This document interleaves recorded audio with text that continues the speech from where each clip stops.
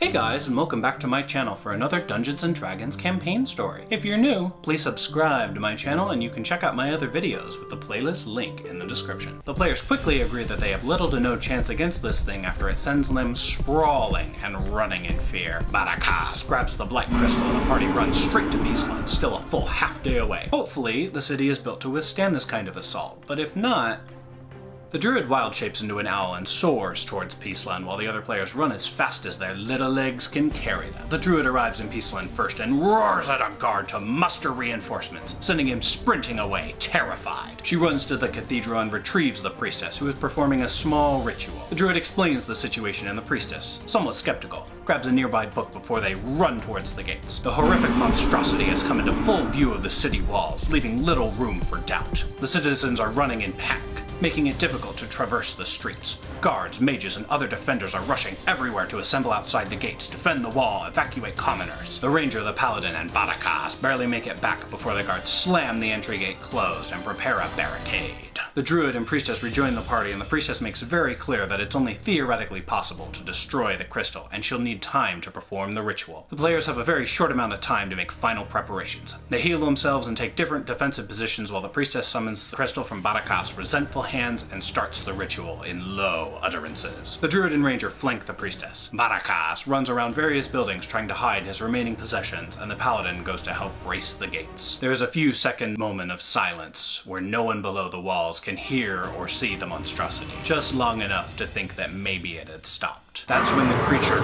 truly roars, scattering over 90% of the defenders who lost their nerve. It easily shreds the defiant few and lumbers towards the gates. The druid and a few battle mages loose powerful spells, but not only do the spells reflect off the monster, the druid is struck by her own lightning and several charred corpses topple inside the city walls. The druid is annoyed, but not discouraged, and tries to fire a moonbeam at the creature. She decides to stop casting spells when it gets deflected a second time. There is a hum of divine energy on the air as the priestess and crystal rise. A beam of energy erupts from her hands, making contact with the crystal, and players hear a cracking noise, as if the priestess is trying to rend the crystal into pieces. While this is happening, some guards outside the gates have regained their wits, and, after realizing their weapons are ineffective against the beast, do their best to block its movement. Their efficacy is comparable to toddlers fighting a hill giant. Another battle mage falls from the ramparts, their body horribly burned from a failed fireball. The ranger critically fails an arrow over the wall and almost hits the priestess, but fortunately injures the paladin instead. Players realize that this is completely out of their hands and they have to wait and hope. It's hard to have hope when you're getting ready to die, especially when you're powerless to stop it. The priestess has cracked the crystal in multiple places, but her concentration wanes for less than a second and the crystal repairs pieces of itself, clearly fighting her influence. The druid,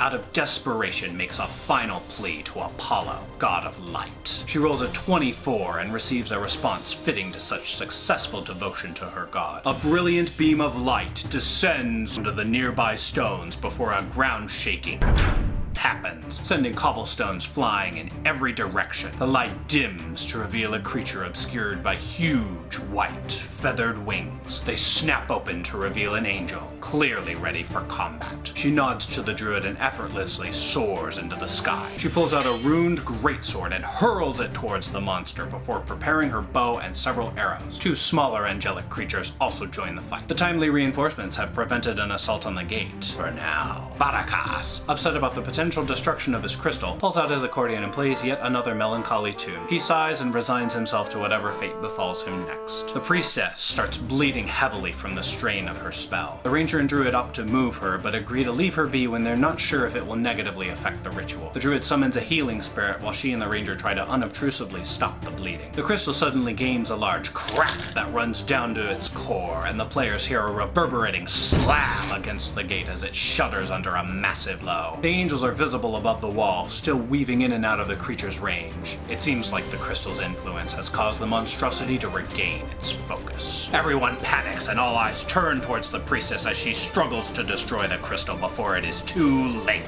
Seconds become an eternity as she surges with power, making one final attempt. She barely succeeds, causing the crystal to violently explode as she breaks it apart. The blight monster starts to disintegrate, roaring with displeasure until it becomes a disgusting puddle of filth that evaporates into the air. Tune in next week to see where the party goes from here, as well as the potential fallout from a near-apocalypse experience. Thank you guys so much for watching. If you enjoyed this video, please give me a big thumbs up. If you're new, make sure to subscribe and ring the little bell so you get notified when I post. I'll see you guys next time.